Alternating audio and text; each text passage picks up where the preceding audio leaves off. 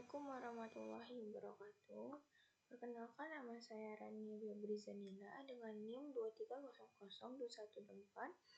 Baiklah, kali ini saya akan menjelaskan materi mengenai public relation atau humas marketing, branding, dan juga advertising.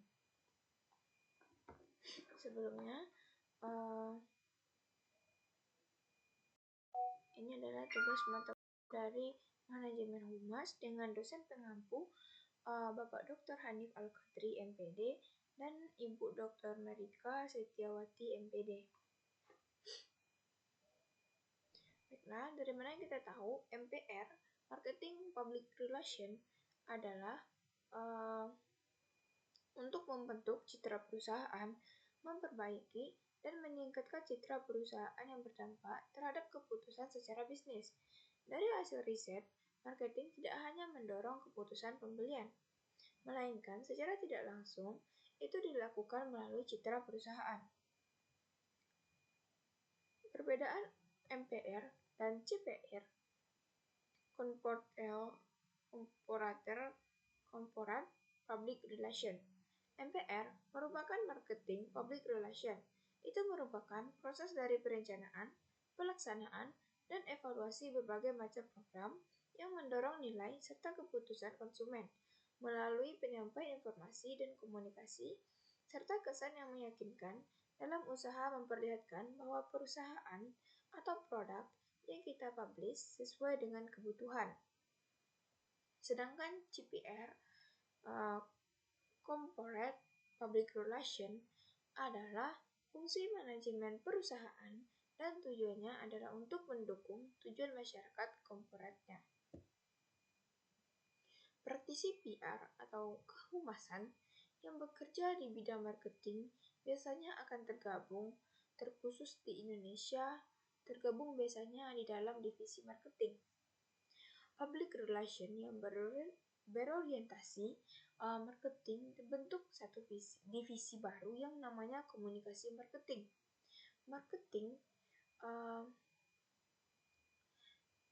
ini merupakan pembangunan dari pemasaran yang dilakukan oleh perusahaan mulai dari produk, pledge, dan promotion. Ini merupakan pendapat dari setelah tahun 1992. Selanjutnya, perbedaan public relation dengan marketing, advertising, dan juga branding. Yang pertama, perbedaan PR dan juga advertising.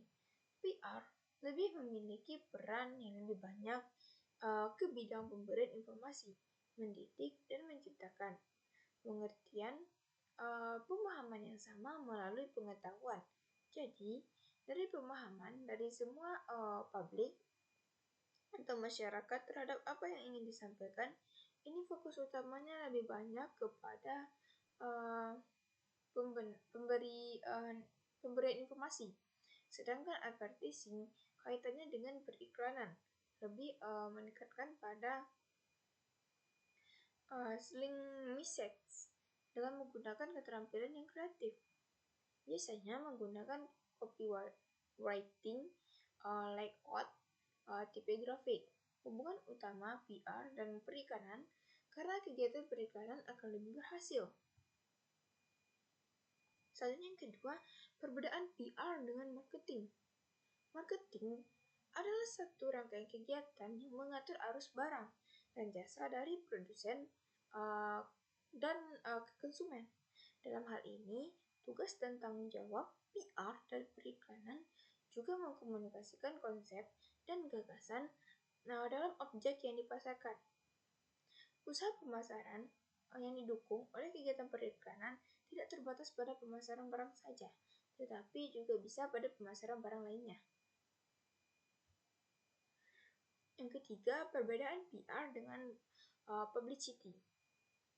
Salah satu tugas dari divisi yang berupa kegiatan untuk menceritakan kepada masyarakat, kepada klien, kepada publik eksternal yang menjadi target market kita tentang hasil produk atau jasa perusahaan. Publisitas biasanya menghasilkan suatu citra Satu citra biasanya dilakukan melalui hubungan baik dengan pihak pers, sementara kinerja yang akan menjadi hubungan antara lembaga atau perusahaan dengan pers. Ketika kita berpijak pada public relation, maka di dalamnya ada branding, marketing, advertising. Tetapi dalam marketing, hanya satu pekerjaan dalam marketing dan branding dalam satu perusahaan. Baik, selanjutnya dalam public relation atau humas marketing, dapat kita ketahui juga bahwa public relation ini adalah upaya komunikasi strategis yang bertujuan untuk menciptakan, mengelola, dan memelihara citra positif suatu organisasi. Jadi, dalam konteks marketing, PR berperan untuk meningkatkan kesadaran merek dan juga memperkuat hubungan dengan suatu pelanggan. Dapat kita ketahui, tujuan dari marketing itu adalah yang pertama membangun citra positif, meningkatkan reputasi perusahaan ataupun produk. Yang kedua, meningkatkan awareness, di mana memberikan informasi kepada publik melalui media massa atau media digital. Selanjutnya, mengelola krisis, menangani isu atau permasalahan yang dapat merusak reputasi. Selanjutnya, membangun hubungan baik dengan pelanggan, media, dan pemangku kepentingan lainnya. Selanjutnya, ada contoh kegiatan dari PR ini. Yang pertama, penerbitan siaran pers. Yang kedua, organisasi event, misalnya seperti event peluncuran sebuah produk baru. Yang ketiga, sponsorship dan kerjasama. Dan yang terakhir, aktivitas CSR, di mana corporate social responsibility. Selanjutnya, branding. Branding adalah suatu proses menciptakan identitas unik untuk sebuah produk, layanan, atau perusahaan, sehingga mudah dikenali dan memiliki nilai lebih di mata konsumen.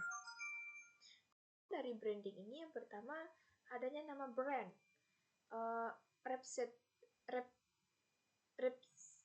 representasi verbal dari produk ataupun jasa. Yang kedua, logo dan juga desain visual. Identitas visual yang mencakup warna, tipografi, dan juga simbol.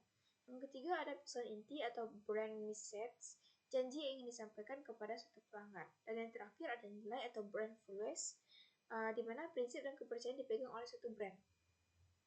Dapat kita ketahui juga manfaat dari branding ini. Yang pertama ada untuk meningkatkan loyalitas pelanggan. Yang kedua, membedakan dari kompetitor. Yang ketiga, menciptakan asosiasi emosional. Dan yang keempat, membantu mendukung strategi pemasaran dan juga penjualan. Dapat kita lihat juga dan juga kita cari bahwa ada contoh-contoh sukses dari branding. Yang pertama ada Coca-Cola yang dikenal melalui rasa konsistennya dan iklannya menyentuh emosi. Selanjutnya advertising atau periklanan, di mana yang kita tahu advertising ini adalah bentuk komunikasi berbayar untuk mempromosikan produk, jasa, atau ide melalui berbagai media dengan tujuan menarik perhatian dan juga mempengaruhi keputusan dari konsumen. Tujuan advertising yang pertama meningkatkan penjualan, mendorong konsumen untuk membeli produk.